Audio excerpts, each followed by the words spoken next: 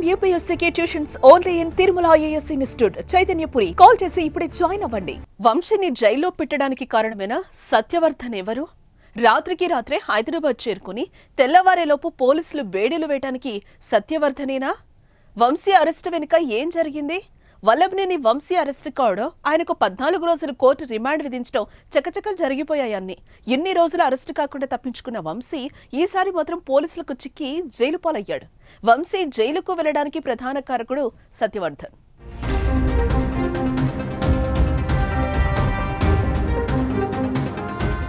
గురువారం ఉదయం హైదరాబాద్ గచ్చిబౌలిలో తెల్లవారుజామున వల్లభనేని వంశీ ఇంటికి విజయవాడ పటమట పోలీసులు వెళ్లడం ఆయనకు ఓ షాక్ అనే చెప్పాలి.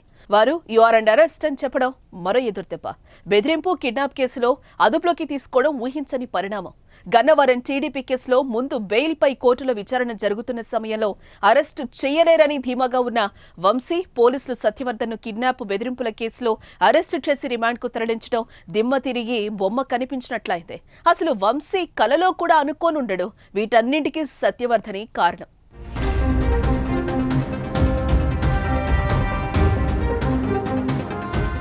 గన్నవరం టీడీపీ ఆఫీస్ దాడి కీలక వ్యక్తి సత్యవర్ధన్. 2023 ఫిబ్రవరి 20న గన్నవరం టీడీపీ కార్యాలయంపై జరిగిన దాడిపై పోలీసులకు ఫిర్యాదు చేసింది సత్యవర్ధనే.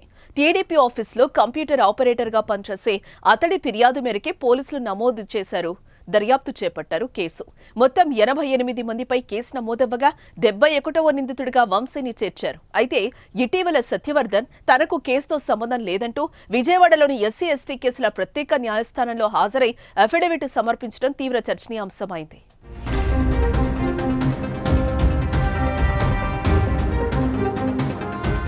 ఇంతలోనే వల్లభనేని వంశీ అనుచరులు సత్యవర్ధన్ను కిడ్నాప్ చేసి బెదిరించి వేయించారనే ఆరోపణలు వచ్చాయి.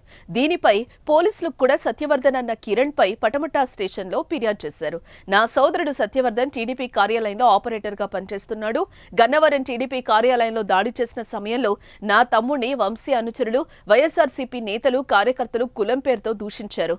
పార్టీ కార్యాలయాన్ని, అక్కడున్న వాహనాలను తగలబెట్టిన ఘటనపై సత్యవర్ధన్ గన్నవరం స్టేషన్లో ఫిర్యాదు చేశాడు. ఈ కేసులో నిందితులుగా ఉన్న వంశీ, ఆయన అనుచరులు రాజీ పడాలని నా తమ్ముడిపై ఒత్తిడి తెచ్చారు. లేకపోతే చంపేస్తామని బెదిరించారు. నన్ను, నా తల్లిదండ్రులను కూడా భయపెట్టారు. దీంతో భయపడి మా తమ్ముడిని హైదరాబాద్ పంపించేశామని తెలిపారు.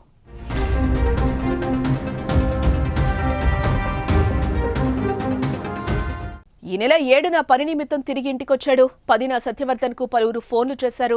మధ్యాహ్నం ఇంటి నుంచి బయటకు వెళ్లిన మా తమ్ముడు తిరిగి రాలేదు. వంశీ అనుచరులు కోర్టుకు తీసుకెళ్లి తప్పుడు వాంగ్మూలం చెప్పించారని ఫిర్యాదు చేశారు. అతడి ఫిర్యాదుతో పటమట పోలీసులు BNS లోని సెక్షన్ 140/1, 308, 351/3, రెడ్ విత్ 3/5తో పాటు ఎస్సీ ఎస్టీ అట్రాసిటీ చట్టంలోని సెక్షన్ 3/2, VA సెక్షన్ 3/1 ఆర్ కింద కేసు నమోదు చేశారు. వల్లభనేని వంశీతో పాటు ఆయన అనుచరులు కొమ్మాకోట్లు, భీమవరపు రామకృష్ణ, గంటా వీర్రాజు టీడీపీ ఆఫీస్పై దాడి కేసులో A7 గా ఉన్న వెంకట శివరామకృష్ణ ప్రసాద్, A8 నిమ్మ లక్ష్మీపతితో పాటు మరికొందరిని నిందితులుగా చేర్చారు. A7, A8 సత్యవర్ధన్ను బెదిరించడంలో కీలక పాత్ర పోషించారని పోలీసులు తేల్చారు. ఈ ఫిర్యాదు తర్వాత వెంటనే హైదరాబాద్ లో వంశీ ఇంటికి వెళ్లి అరెస్టు చేశారు. ఆయన్ను ప్రశ్నించిన తర్వాత ఆసుపత్రికి తీసుకెళ్లి వైద్య పరీక్షలు నిర్వహించిన తర్వాత గురువారం రాత్రి విజయవాడ కోర్టులో హాజరుపరిచారు. రాత్రి 11 నుంచి అర్ధరాత్రి 1:45 వరకు వాదనలు జరిగాయి. ఆ తర్వాత వంశీతో పాటు వెంకట శివరామకృష్ణ ప్రసాద్, నిమ్మ లక్ష్మీపతిలకు 14 రోజుల చొప్పున రిమాండ్ విధించడం జరిగింది. ప్రస్తుతం Vallabhaneni Vamsi arrest, remand AP రాజకీయాల్లో ఇప్పుడు చర్చనీయాంశమవుతోంది.